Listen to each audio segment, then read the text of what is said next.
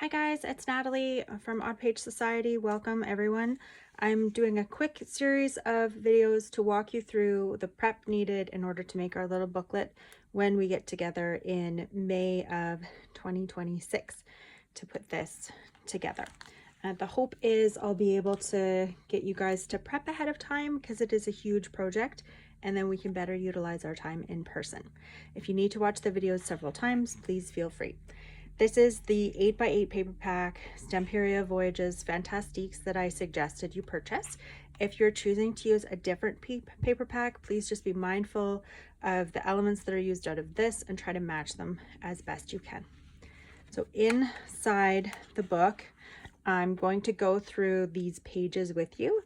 Before I do that, what I'm going to show you is the parts of the paper pad that are left over and what I would like you to do with them. These two pages we can fussy cut. You can use a trimmer for this one as well. This page is the only page that we're not going to be utilizing. If you want to use this in lieu of the cover, you're welcome to do that. I do use a little bit of a technique for the 12x12 paper piece that I used on the cover. So we can just make some substitutions if you choose to use this one, no problem. Please fussy cut this page. Please also either punch out or die cut these or fussy cut them. They'll be used as ephemera elements. And please also fussy cut this page too. These will be some of your ephemera elements on top of the ephemera pack if you're able to get your hands on one, and the rub-ons that we will be using as well. Okay, so that's the paper pack. In your kits, this is what you should be receiving. I'm going to set these aside for now because I will talk about those in a separate video. This is the paper that you're going to be receiving.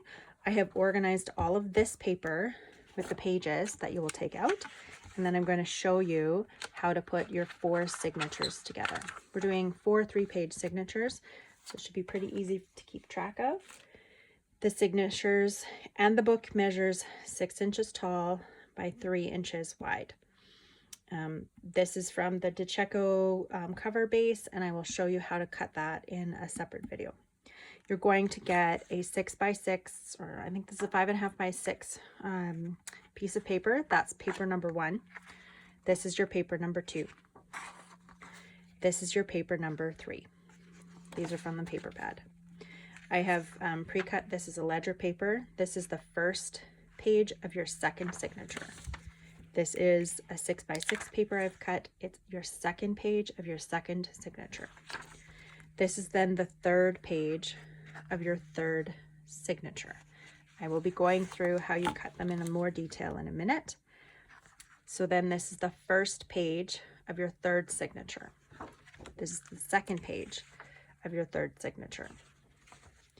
This is the third page of your third signature. For your last signature, you have a very long, wide ledger piece. This is your first page of your fourth signature. There's another 6x6 page. This is your second page of your fourth signature. And this is the third page of your fourth signature. That's all the paper that you're going to be needing and using. Okay. Some of the pages are a little bit shorter than 6 inches. The reason for that is to provide some visual interest when you're building your booklet. Some of the pages are a little bit longer than 6 inches wide, which folded in half will get you your 3 inches. This is to create some fold out elements. For your first signature, so we would start with our first 3 pieces, which look like this. You simply fold your 6x6 in half. For your second middle piece, this is how I cut mine. If I line it up, this is kind of the portion of the page that I used. What I did was I just cut the bottom off to where I wanted it visually, and then I cut 6 inches from the top of that, and then I folded it in half. That's page number 2. For page number 3, I decided that I wanted mostly to keep the Bon Voyage. So that's what I just trimmed a little bit off the top and then I cut it from the bottom and I cut to 6 inches. Then I scored and folded it in half, which gets you this sort of 6 by 4 inches. And then these are folded back inside by about an inch each, which will get you your inside space. So this is signature number 1. 1, 2, 3 pages.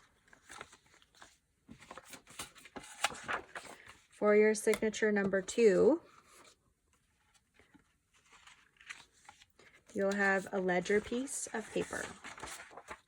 Please fold this in half, and it's up to you if you want to fold the sides to the exterior or if you want to fold them to the interior. I preferred them to the exterior just for visual interest. With your 6 by 6 paper pad, please fold this in half. That will be your second page. And then for your third interior page, with your full 8 by 8 sheet of paper, I preferred to score this line down the middle because it is a center page, and visually that made more sense with my eyes. And I decided kind of where I wanted to cut it top to bottom in order to get my 6 inches on top. And when it was folded, I just cut it out by 3 inches, if this makes sense. So you would fold it in half, and then you would cut it to a height of 6 inches, and then you would cut it to a width of 3 inches on each side, which gets you a total of 6 by 6 in the end. And that is your second signature. For our third signature, our first page is this piece of paper. I preferred to cut the top off, and I kept this bottom right hand corner, and I just cut it so that it measured 6 inches by 6 inches. I then have this sheet of paper as our second sheet of paper. I liked the blue side, so I ensured that I kept that, and I cut it down so that it was 6 inches by 6 inches. I kept the scraps of all of them for later. Our interior page of this, the width is kept fairly close to 8 inches. I only trimmed it to 6 inches tall. I preferred to keep this in the far right corner of my page, and I wanted this not to have a flap. So score from the left hand side 3 inches in, and then fold on this side so that you're almost butted up to the corner. You can go a little bit closer in than what I did on my sample. We will have a bit of visual interest where we're going to put a piece here that kind of peeks over. So when you fold it, it creates a unique piece of interest for that.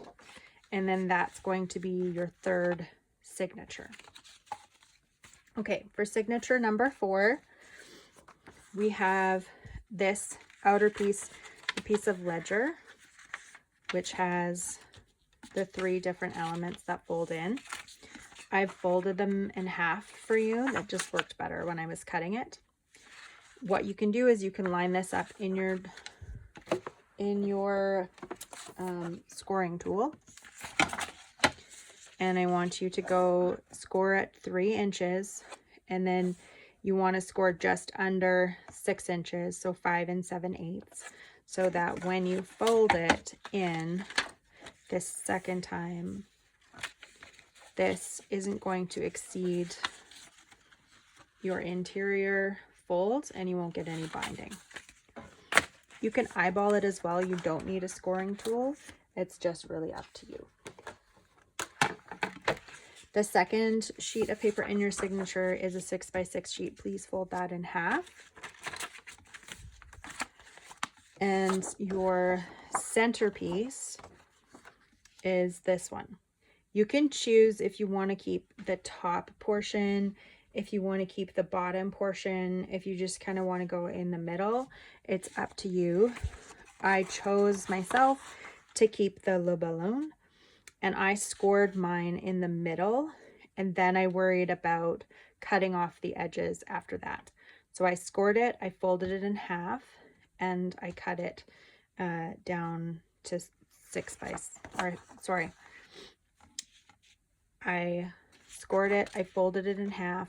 I went from the center about 3 inches out and I scored on either side, and then I folded them in. You get about an inch from the exterior after cutting it down. This one doesn't have any flap down portions, but if you wanted to keep the full page, that's certainly an option that you can do. I won't be teaching to that, but you don't have to cut it off if you don't wish to. So in the end, what you will then have when we get together are all of the signatures that you need that we can have fun playing and putting together. If you want to prep and decorate, I will do the decoration options in a separate video. All right, thank you very much.